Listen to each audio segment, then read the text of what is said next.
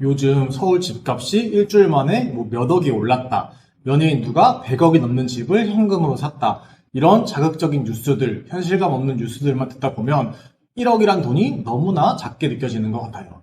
그러다 보니까 야 1억 그거 모아서 뭐 하냐, 집 한 채 사지도 못하는 돈인데, 이런 식으로 1억이란 돈을 너무 하찮게 여기시는 분들도 많더라고요. 그런데 제가 지켜본 결과 진짜 1억을 모아본 사람은 이런 얘기 절대 안 해요. 1억 근처에도 못 가보고 중간에 포기하거나 아니면 시작하고 싶은데 그 길이 너무 험난하고 힘든 거를 아니까 자기 합리화를 하고 싶으신 분들이 이런 얘기를 하더라고요.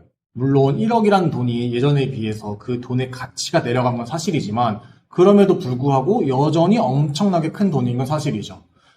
한 달에 200만 원씩만 꼬박꼬박 저축한다고 해도 약 4년이란 시간이 걸리는데, 사실 200만 원씩 저축한다는 것도 정말 쉬운 일이 아니죠. 2025년 올해 기준으로 우리나라의 1인 가구 중위소득이 약 230만 원이니까 더 오랜 시간이 걸릴 수도 있어요.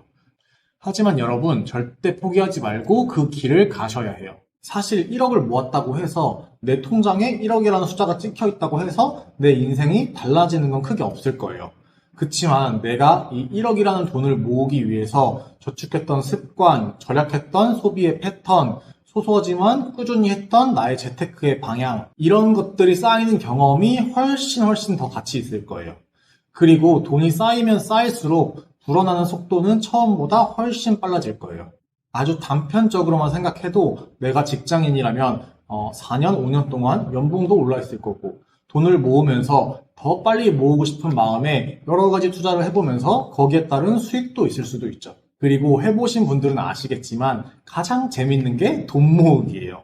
돈을 쓰는 것보다 모으는 게 훨씬 재밌죠. 그 절약하고 모아가는 과정은 힘이 들지만 통장에서 잔고가 점점점 늘어나는 걸 보면 저는 그게 그렇게 재밌을 수가 없더라고요. 소비보다 저축이 더 재밌다는 걸 알게 되면 내가 저축하려고 했던 것보다 더 저축을 많이 하게 되니까 이것도 속도가 더 빨라지더라고요. 저는 여기서 한 가지 추천을 드리자면, 가계부를 쓰는 건 진짜 그냥 필수고, 거기에 더해서 매달 내 자산을 전체 다 기록하시고 그걸 시각화해서 그래프로 한번 만들어 보시는 걸 추천드려요.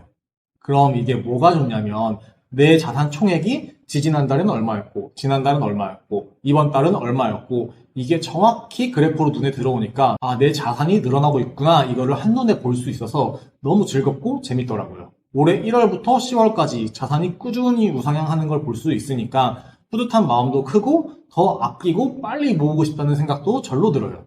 주식 차트는 내가 못 만들잖아요. 남이 만들어가는 차트에 얹어가는 느낌인데, 이 자산 차트는 내가 주인이고 내가 세력이고 내가 주포니까 내가 직접 아름다운 우상향으로 만들어갈 수 있죠. 가계부는 직접 만들어서 사용하셔도 되는데, 저 같은 경우는 유료 가계부를 따로 구매해서 이용 중이에요.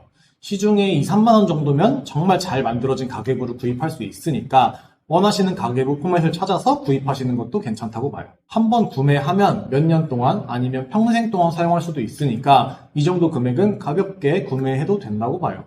주변에서 남들이 뭐라고 하든 세상에 어떤 변화가 오든 우리는 꾸준히 우리의 길을 걸어가면 됩니다. 지금 1억 모으기 하시는 분들, 그리고 이미 1억을 모으시고 2억, 3억, 그 다음의 길로 가시는 모든 분들 화이팅입니다.